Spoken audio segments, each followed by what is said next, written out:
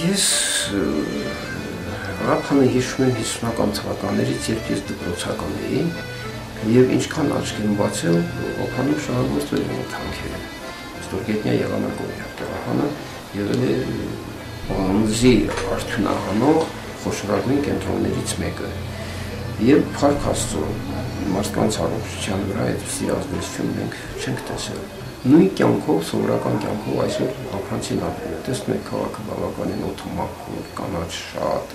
բայց Շահումյանի բացանքի վերաբերյալ ոչ միայն այն ժամանակ էինք անհանգստացած հասարակությունը, հիմա էլ է անհանգիստ, որովհետև Շահումյանի բացանքը հենց ինքը գտնում է Ռափան քաղաքում, կապված անմիջապես քաղաքին, եւ եթե իրոք կառավարությունը հաստատի դա թույլ տան այդ ծննդավայրը բաց եղանակով մշակելու մասսայական պայթեցումների ժամանակ հանքաքարի փոխելու process-ում այդ ամբողջ փոշին նստելու է Ռափան քաղաքի վրա, այդ ազգաբնակչությունը շնչելու է այդ փոշին։ Մեր մոտ կապանում քամիների ուղղորդվածությունը հիմնականում ողջի գետի հովտով դեպի վերև է գնում, հիմնական ուղղությունները դա են, դա չի գալիս։ Այ ուրիշ բան է, եթե Շահումյանի հանքը բաց ձևով օգտագործի, ներքևից ամբողջ փոշին գալու է քաղաքի վրա։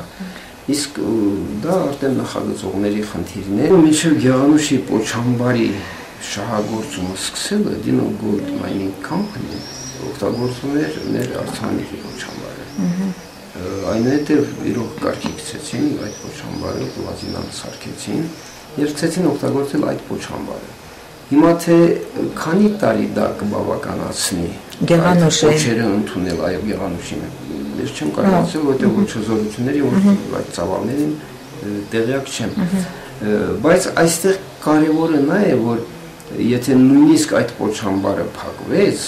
շատ արագ կերպով այո պետք է ռեկուլտիվացիա արվի, հողի շերտով ծածկվի, որպեսզի այդ փոշին քամիների ժամանակ չտարածվի շրջապատում եւ մարդիկ չշնչեն դա։ Այդ հողերը արդեն իսկ աղտոտված են։ Այ դրա վարակազերծման, դրա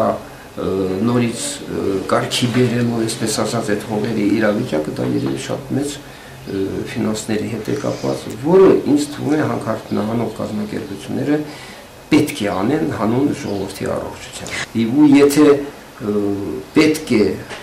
հետագայում ոչ միայն ծավալները աճի, այլ նաև երկար տարիներ ծննդավայրի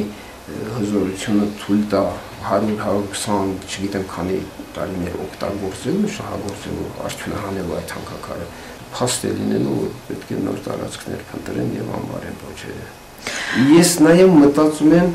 որ կգա ժամանակ եւ դա շատ չի ուշանա, մինչև ես շատ լավատեսորեն եմ տրամադրված, որ նոր տեխնոլոգիաների հաշվին շատ հնարավոր է, որ այս Պոչամբարները, որոնք արդեն ռեկուլտիվացիա է արված եւ ծածկված,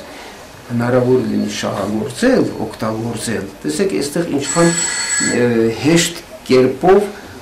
եւ շատ փոքր ծախսումներով կարող են մեծ օգուտներ ստանալ։ Որատել պետք չի պայթեցնել, պետք չի տրանսպորտիրովկա անել, պետք չի պատրաստի մասսա կա, որից միայն թե կարողանան այդ հազվագյուտ մետաղները, որոնք այսօր չեն կարողանում կորզել, կարողանան կորզել։ Այդ տարածքները կդատարկվի եւ նորից կարող են օգտագործել փոչերի համար։ Ես որպես անձ, որպես Ռափանցի, որպես բնություն սիրող բնապահպան, այսպես եմ մտածում։ Dino Gold Mining Company պետք է աշխատի, որովհետև եթե այդ կամպանիան չաշխատեց, շատ խիստ անդրադառնում է մեր ժողովրդի սոցիալական վիճակի վրա։ Աստված շատ երկրների ծով է տվել, նավահանգստներ, չգիտես ինչեր, նավթ, գազ, անտառներ շահագործում են եւ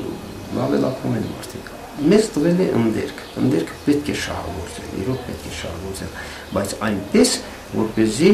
ոչ բնությանը, ոչ մարդկանց առողջությանը վնաս չհասցվի։ Իսկ այդպիսի տեխնոլոգիաներ կան, օրինակ ասենք բաց եւ ստորգետնյա մշակման եղանակների դեպքում։ նույնիսկ գիտենք, որ ստորգետնյա մշակման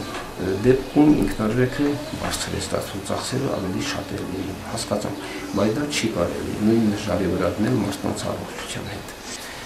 Դա մենք ժամանակ ենք ասել, հիմա ենք ասում, մենք խիստ դեմ ենք դրան, ռափանցիները խիստ դեմ են դրան։